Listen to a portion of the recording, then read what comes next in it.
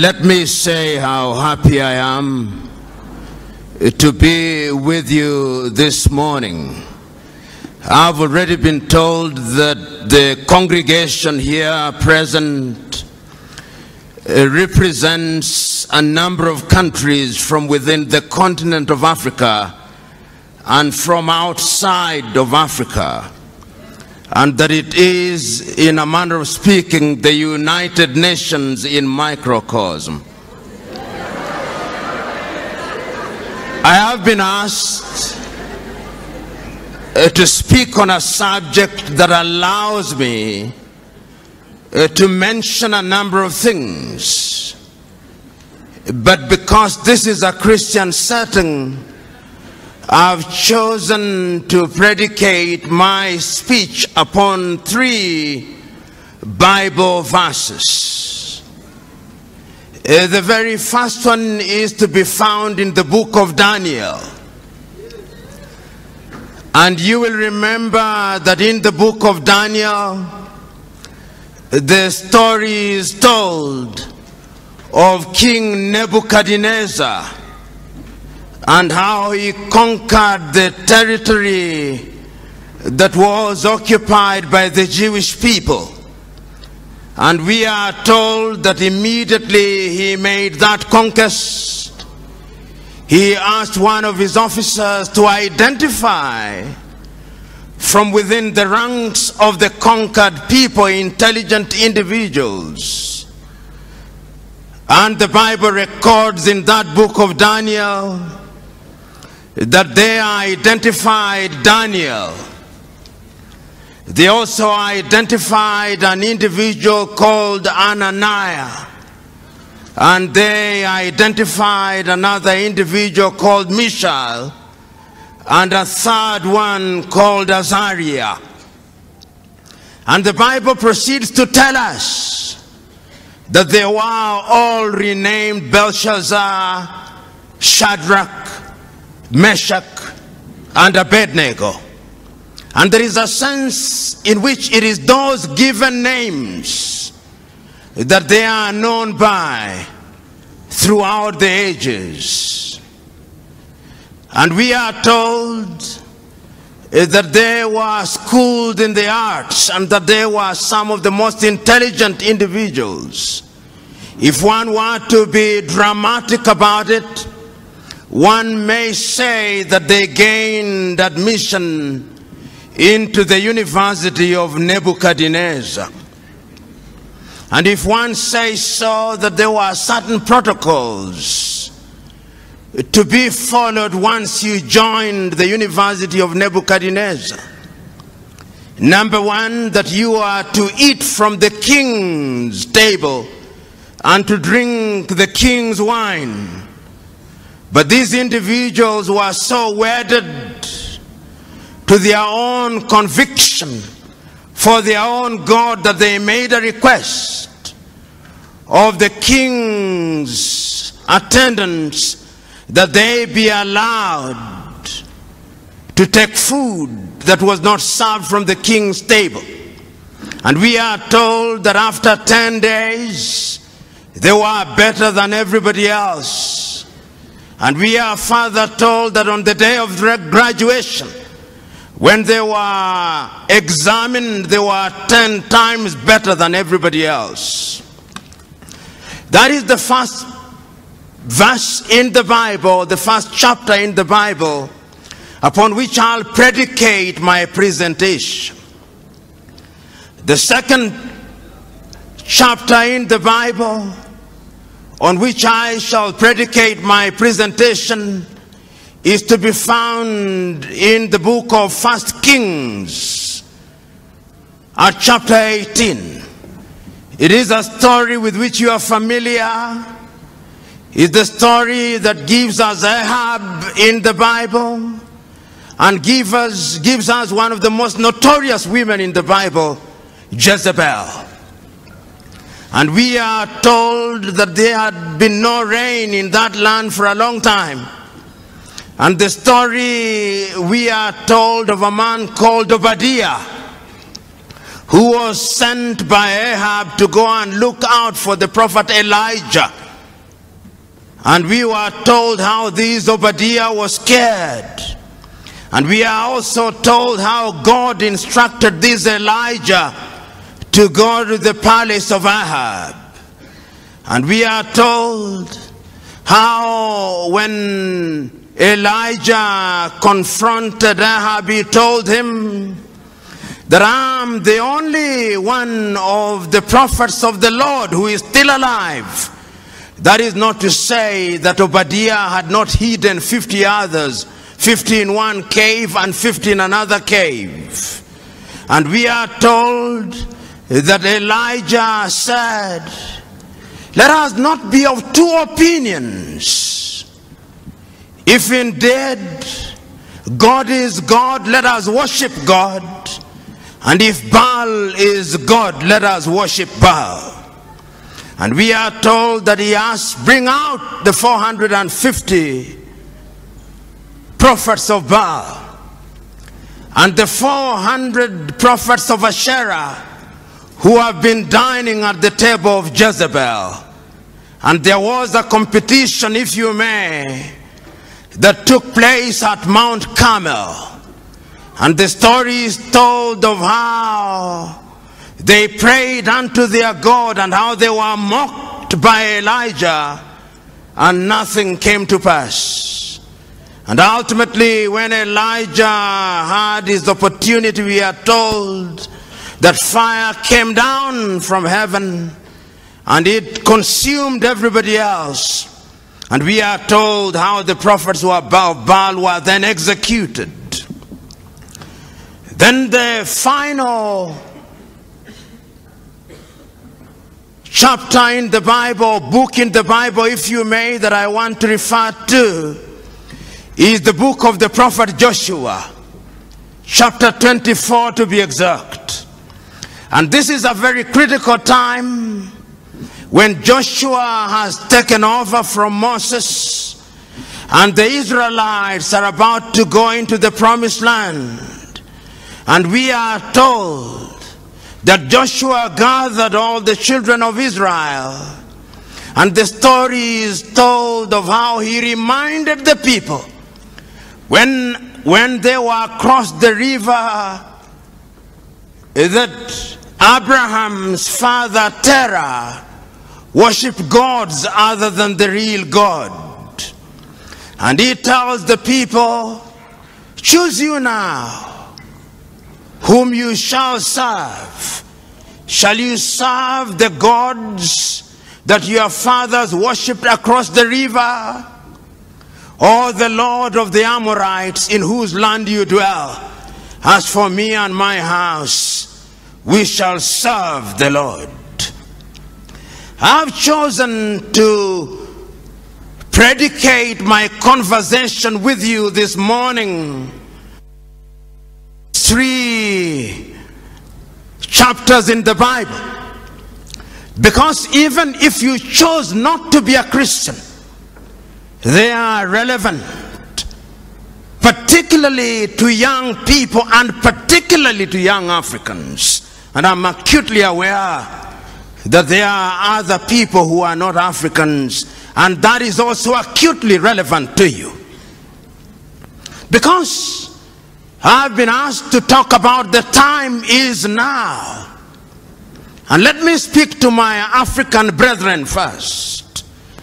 Just this morning when I woke up, I was listening to somebody who is going to be the presidential candidate in Sierra Leone, the former Director General of UNIDO.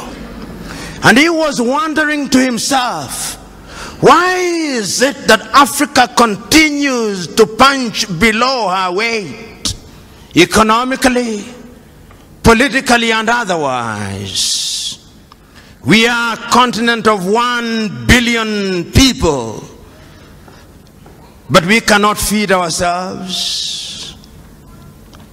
We are a continent of young people, but there is a sense in which we have no faith in ourselves.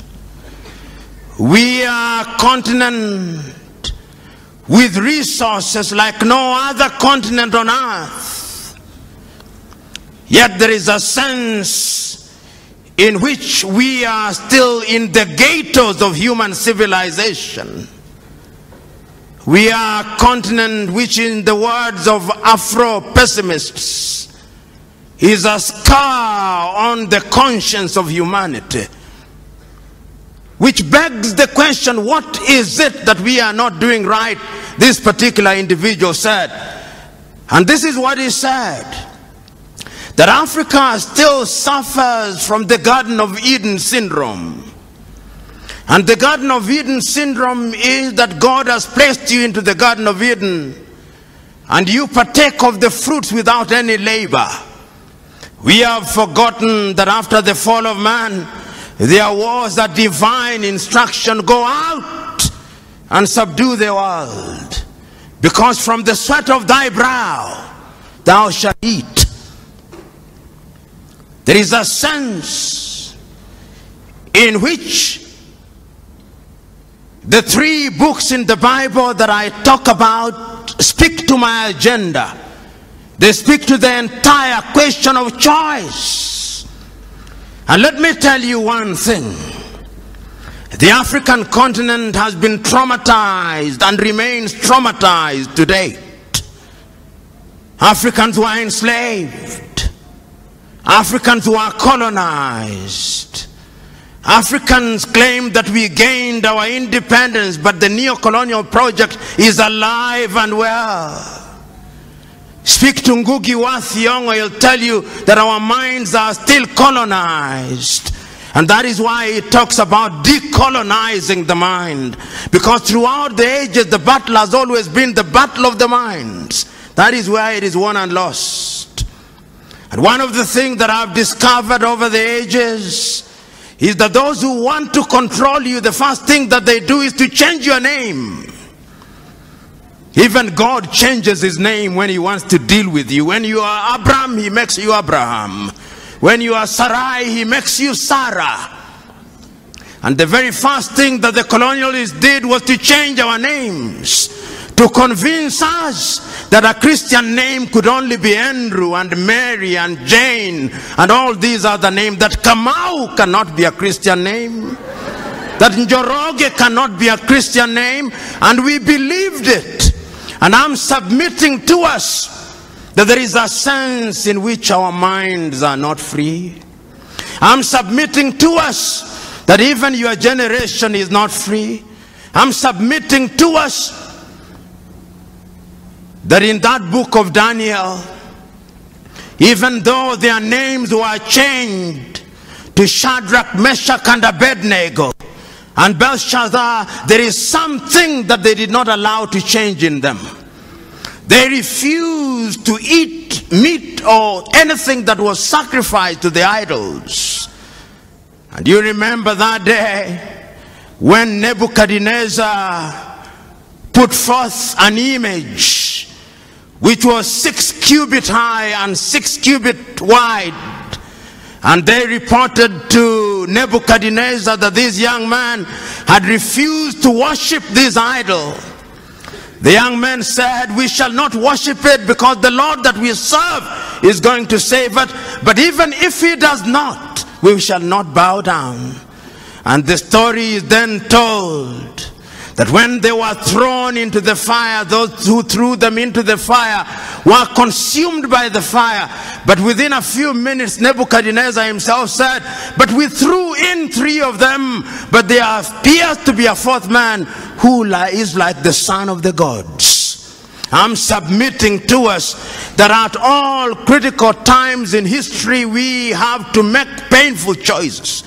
I'm speaking to you Africans who are Christian, who are present here. What choices have you made? Have you made choices to run away to the United States to get the green card? Is that your choice? Have you made a choice to run away to Europe to flip hamburger? Have you made a choice to run away to go to Europe and to be humiliated at the embassies of the United States of America, Australia, and the United Kingdom? I'm submitting to us that we must change, because the divine instruction is that each one of us must make do with what we have. It cannot be right that a continent that is so blessed has our young men and women with only one ambition: to go to the United States. I know families where when wives are pregnant, they want to go to the United States that they may give birth there, that their child may be a citizen of the United States of America. The United States of America was not built by an army of angels. No, it was built by human beings. And I'm submitting to us that going forward, like Shadrach, Meshach, and Abednego, we must make a choice. And I'm submitting to us that if your Christianity is the kind of Christianity that only appeals to your emotions and make you feel good without making you good, that is not Christianity. Because there is a variety of Christianity today that makes you feel good, but it doesn't make you good. And I'm submitting to us that we must change now. Because if we don't change now, you are going to be subdued by other civilization. And as I said at one forum, and I repeat it now, there are two ways of being at the dinner table of civilization. You can be at the dinner table as a diner or as a waiter. Choose you now. Whether you want to be a diner or a waiter, choose you now. But even as I proceed, I have not forgotten that there is another book, that there is the battle between Elijah and the gods of Baal. Today, we have erected unto ourselves gods of Baal. I go to many churches, and there is the prosperity gospel. The gospel that tells us that the church is a casino, where depending on how much you pay as a tithe or givings, then you'll get blessing. That is not the God that I worship. And if there was such a God, I would refuse to worship such a God. The God that I worship and the Christ that I follow, I remember on that day when an old woman had given the smallest contribution, he said, that woman has given the most, because there was sacrificial giving. We must now interrogate our Christianity, because Paul says, I would want you to be like the Christians of Berea. Because the Christians of Berea, once you'd preach to them, they would go to the gospel and ask, are you preaching the right thing, or you are preaching make good gospel? I'm submitting to us that at critical moments in history there has always been a choice, and this is what Elijah is confronting the people with. He says, for how long shall you waver between two opinions? If God is God, worship God, and if Baal is God, worship Baal. I'm submitting to you that the time for choice is now. If material things are the things you want to worship, if you think that having Lamborghini, if you think like having Ferrari and all these other goodies is the right thing, then you can go on. But the last time I checked, greed is insatiable. It's like drinking salty water. The more you drink, the more you want. So choose you now. You Christians and Africans shall come to the white men who are present in this room shortly. I'm submitting to us, and there is a preacher that I love for only one thing. Sometimes I think he go overboard on his love for Israel, John Hagee. And he says one thing that I love: the uncompromising message of Jesus Christ. It is the same yesterday, today, and tomorrow. So that there is no question of humoring you in the church. It is telling you as it is. And I'm saying that even as we are waiting for heaven, and heaven is come, will come in the fullness of time, in the intervening period we must eat. In the intervening period we must go to school. In the intervening period we must make Africa great. And we can make Africa great. What pains me most is when I see young men dying in the Mediterranean Sea. You know, a long time ago, they took Africans to Europe and Caribbean a long time ago. And they were wailing and kicking. And I've seen the dramatization of Alex Haley's Roots. And I've seen how in Roots a young man is taken from the Gambia, Kunta Kinte. And I've seen how Kunta Kinte refuses to change his name. And they call him Toby, but he says, I'm Kunta Kinte. Ultimately, for strategic reasons, he accepts the name Toby. But he retains Kunta Kinte throughout the ages. And 200 years later, Alex Haley is able to trace his roots. But today, young Africans are going to Europe willingly to be enslaved. It's slavery by another name. Because you are paying wages, you are paid wages that can barely keep you alive. I'm submitting to you who are here. Africa is the land of action. I'm submitting to you here that the Europeans will never respect you if you don't respect yourselves. Because respect is earned, not given. I'm submitting to you that you will never sit on the table of civilization as equal partners unless you are demonstrated that you are worthy of being a diner rather than a waiter. Choose you now what you shall do. The book of the prophet Joshua is also another book. It speaks to the Israelites. The Israelites were in captivity for 400 years. They brought Moses unto them. Moses delivered them. But at critical moments, they wanted to go back to the flesh pots of Egypt. At critical moments, God parted the Red Sea. At critical moments, there was a pillar of fire to separate them from the Pharaoh. But they still went back to their old ways. And an aging and a dying Joshua is telling them the point for making the choice is now. When we were taken away from Ur of the Chaldeans, Terah was worshipping idols. Abraham was worshipping idols. There was a change in him and he became Abraham. And now you have come to the land of the Amorites. And you are worshipping their gods. Choose you now whom you shall serve, the Lord God or the Lord of the Amorites. As for me and my house, we shall serve the Lord. I'm submitting to us now. Choose you now whom you shall serve, the Lord whom you only serve on Sundays, or the Lord that is imminent and must be served every minute. Choose you now, as Christians and as Africans. One can go on and on, but let me turn to the white people who are present in this assembly, who are our brethren. You came here by divine instruction to evangelize Africa, but in your land, God no longer has the opportunity to operate. That is why I'm happy to see you here. Because Africa now leads in evangelization. And this is how God operates. There was a time when the white men came here to evangelize. They lost God. I'm not saying that there is a godless society, but there is a sense in which when one travels to Europe, one sees cathedrals being converted into discotheques and museums. And here we are struggling to operate in a tent. How I wish that we could have the faith spoken of in the Bible, that we could uproot the cathedrals that they may settle here.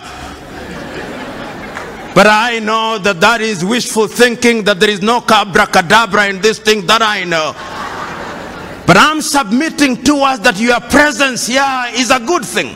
Is a demonstration that we are children of God, children of a God of diversity. You know, and this is very ecumenical. Some of you will be offended, but I do not care whether you are offended or not.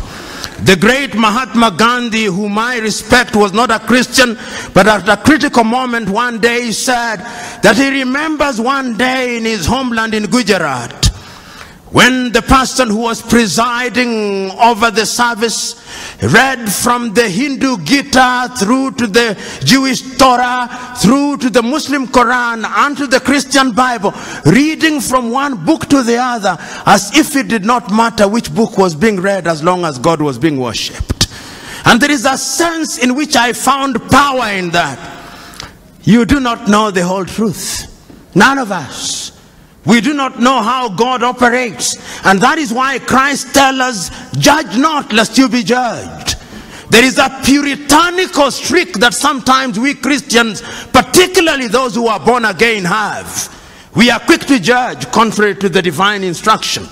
Let us be slow to judge. Who knows how God operates? Who knows how he does his things? Because all of you, including myself, we are so sinful that if it was by works alone, none of you are heaven bound. None of you. You may think that you are good, you may think that you are doing all good things, but he says none of you is heaven bound except by the grace of God. And if we appreciate that, then we would be very humble. But even as I talk about these things and change now, I'm not unaware that I was asked to speak for 25 minutes. And being aware that I was asked to speak for 25 minutes lets me now move with jet-lag speed in the direction of my conclusion.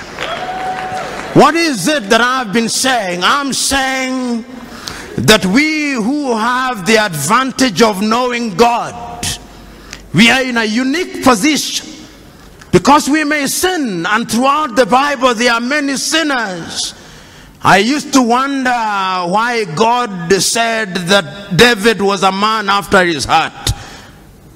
This man David, who took Uriah's wife, this man David, who took Abigail, this man David, who sent Uriah to be killed, this man David, of whom the Israelites sang that Saul kills by the thousands, and David by the tens of thousands. I said, how could he possibly be a man after God's heart? But then I made a discovery that the man is so human, so prone to making mistakes and to sinning, but so devoted that when he sins, he goes to God with a contrite heart.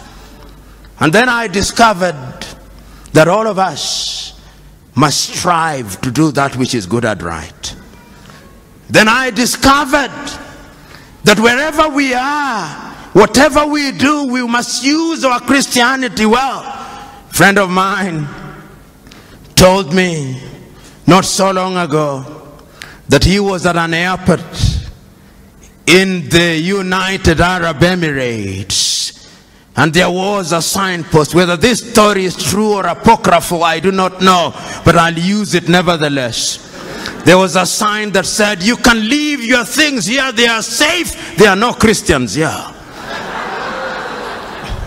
And the moral of the story is one that is not far to seek. We claim to be 80% Christians, and yet we are one of the most corrupt nations on earth. Where is our Christianity? We claim in Africa to be immune from all these other things. I know there are Ethiopians here, and I'm not unaware that your economy is doing well, but yet the Oromo has a problem with the Tigrinya, and the Tigrinya with the Amhara. So that when the chips are down, the blood of ethnicity is thicker than the blood of Christ. I know that there are Ugandans here, and I know that there are moments when being a Muganda is more important than being an Acholi or a Teso. The blood of ethnicity is thicker than the blood of Christ. And the people whom I love, the Rwandese, are here. How can we forget 20 years ago? A people who speak one tongue. A people who live together. Husbands slaughters wives on the ground only that they labored them Tutsi. In the churches of God, priests killed. the blood of ethnicity is thicker than the blood of Christ. And one can go on and on. The only country in Africa that appeared to have been vaccinated against ethnicity is Tanzania, the home of that great man Julius Kambarage Nyerere. They appear to have been vaccinated. But come to my Kenya. Oh, my Kenya. Oh, Kenya. Even now as we approach the elections and you are going to make the decision, I can assure you that there will be no change. Because the formations we have are merely tribal alliances, and if one were to be blunt about it, on one side, the Kalenjin elite and the Kikuyu elite have ganged up and they have hypnotized their tribesmen and persuaded them that it's only by electing them that their circumstances will change. It will not. On the other side, there is another arrangement called NASA. This is also an assembly largely of the Luo of Kenya, the Kamba, the Luhya, and a few other tribes, and their leaders, the elite, have hypnotized their tribesmen. They cannot think nor reason. So that what we are going to have in Kenya on the 8th day of August is not an election on any issue. They'll not talk about agriculture, about education, about unemployment, the critical things. It is going to be an ethnic census to determine which formation brings together the largest number of tribes. So those of you who think there will be dramatic change, you will be disappointed. As I said elsewhere in Kiswahili, nyani ni wale wale, misitu ndio imebadilika. I'm saying that the monkeys are the same, the forests have changed. And if you ever doubted me, there was once a forest called COD, there was once a forest called ODM, it has now changed into NASA. There was once a forest called URP, there was once a forest called TNA, it is now Jubilee. Nyani ni wale wale, na hulka zao ni zile zile. So you who are here, you who are Kenyans, when you go to vote on the 8th, what will you be voting for? Agriculture, employment, or modo wa nyoba? You who are from the Luo extraction, when you'll be voting Oduadu or health and education. Who will betide you? Because the question has always been, choose you now whom you shall serve, the Lord of the Amorites or the Lord God. As for me and my house, we shall serve the Lord. You know, one of the things that I find painful is for anybody to tell me to vote an individual because he's from my ethnic group. It is the greatest insult. Why did I go to school?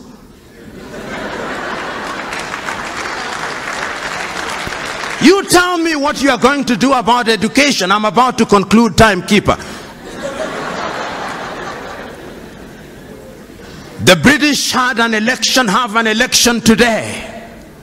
If you came to Kenya and listened to what, you would think that there is an animal called election, which has never been seen by any human being since creation.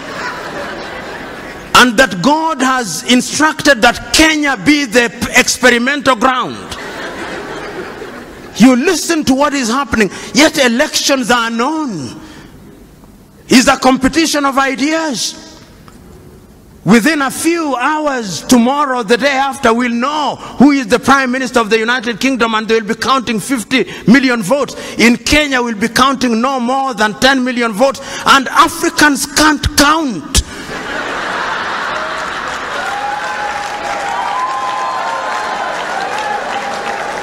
When it comes to elections, Africans can't count. And Africans never lose elections. Africans are rigged. How can you run a continent like that? Yet we claim to be Christians. If you go to the Germans, they'll have an election, and within a few hours they'll have results, because it is a competition of ideas.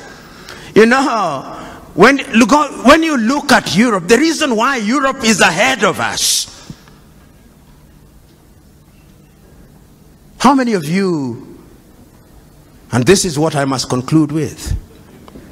In the book of Matthew, the story is told of a businessman, I'll paraphrase it, who goes out on a long journey and entrusts his workers, one with 1 talent, the other one with 2 talents, and the other one with 5 talents. And the Bible record says he goes away for a long time.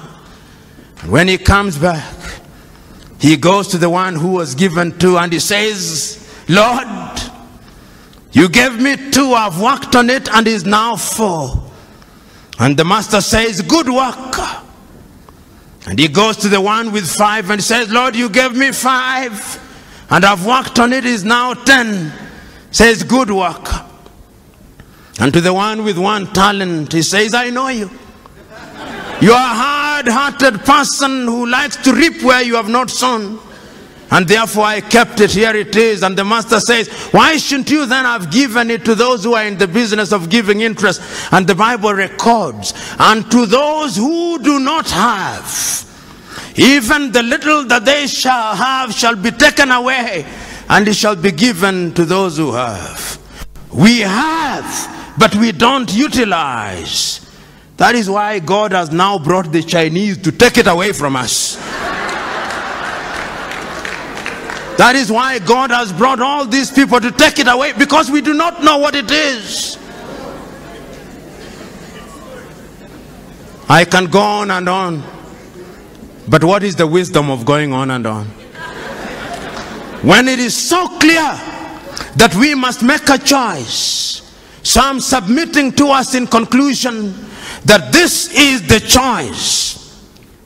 The choice that we are confronted with is the choice that Shadrach, Meshach, and Abednego were confronted with. To choose to worship the god idols erected by Nebuchadnezzar, or to remain faithful to their agenda. The choice that you are confronted with is the choice that Elijah presented to the prophets of Baal. Choose you now. Do not waver between 2 opinions. If the Lord is God, serve the Lord. If Baal is God, serve Baal. And the latter day Baals come in the form of cars, houses, and other earthly things. The other choice is the same one that Joshua gave to the Israelites. Choose you now whom you shall serve, the Lord whom your fathers worshipped across the river, or the Lord or the God of the Amorites in whose land you serve. As for me and my house, we shall serve the Lord. I'm submitting to us that you young Africans must change Africa. You young Africans must do something for Africa. And you are not going to do it by tweeting, no. You are not going to do it through Instagram, no. You are not going to do it through Facebook, no. You are not going to do it through social media, no. The last time I checked is that you must roll up your sleeves. You must roll up your sleeves and go into the arena of action. Suffer, sweat, plant the tree in the knowledge that those who plant the tree may never enjoy its shadow, but the joy is that the planter of the tree has planted the tree. Another generation will water the tree, another generation will prune the tree, another generation will enjoy her shade. God bless you.